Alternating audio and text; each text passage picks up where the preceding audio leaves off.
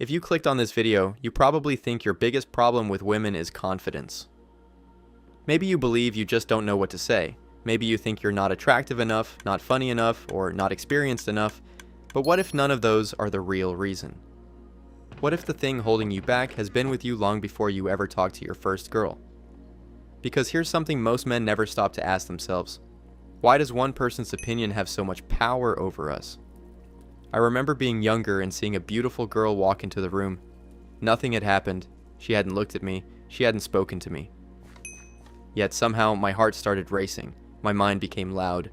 I began thinking about every possible mistake before I even took one step toward her. It's strange when you think about it. One person could completely change the way I saw myself without saying a single word. If that sounds familiar, you're not alone. Almost every man has felt this at some point.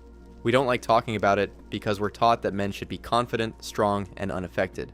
So instead of admitting we're nervous, we hide it. We pretend we don't care. Or worse, we spend our lives chasing approval while acting like we aren't. But here's the thing, this isn't really about women, it's about something much deeper. From the day we're born, we're vulnerable. That's part of being human. We all want to feel accepted. We all want connection.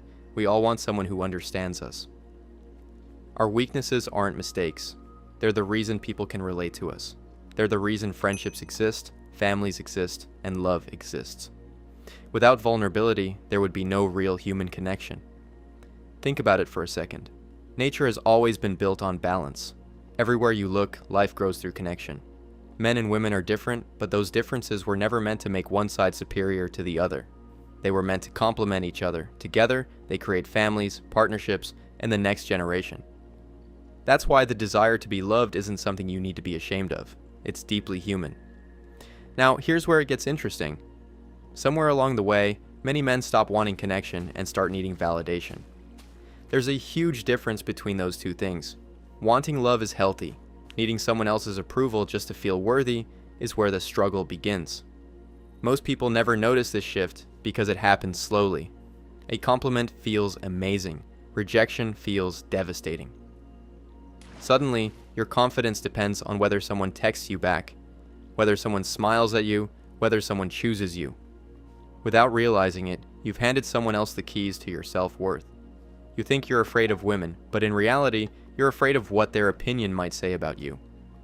That's why even successful men can become insecure around someone they like. It's not because they've forgotten how to speak, it's because their identity suddenly feels like it's being judged. Every word becomes a test. Every silence feels like failure. And where does that fear come from? A lot of it starts long before dating. Many of us grew up learning that certain emotions should stay hidden. Boys don't cry. Boys don't show fear. Boys must always be strong. So instead of learning how to deal with insecurity, we learn how to bury it.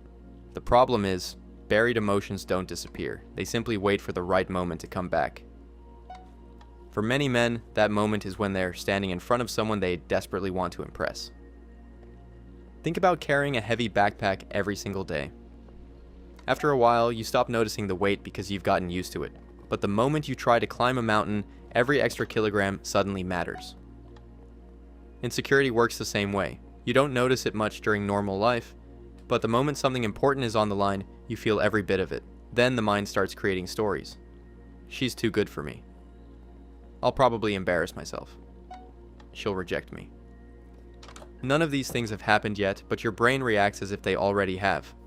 Fear isn't always based on reality. Sometimes it's based on imagination. If you zoom out for a second, you'll notice something else.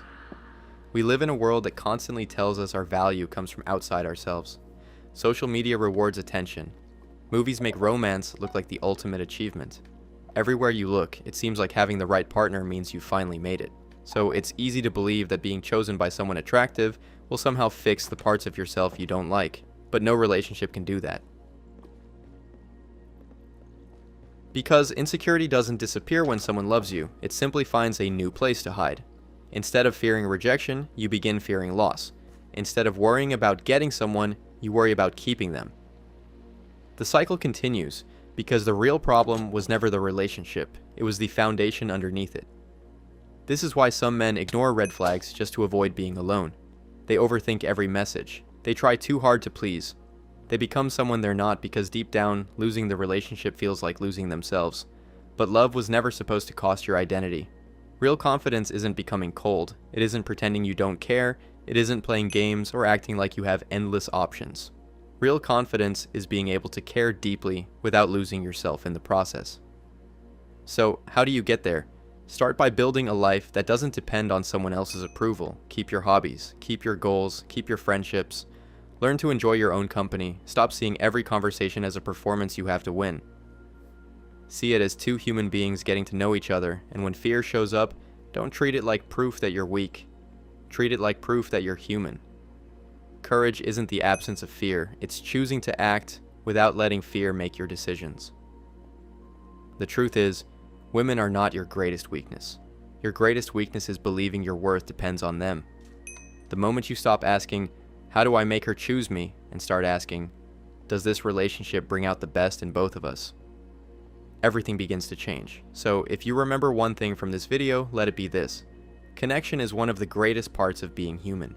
But the strongest relationships are built by people who already know who they are before they ask someone else to love them.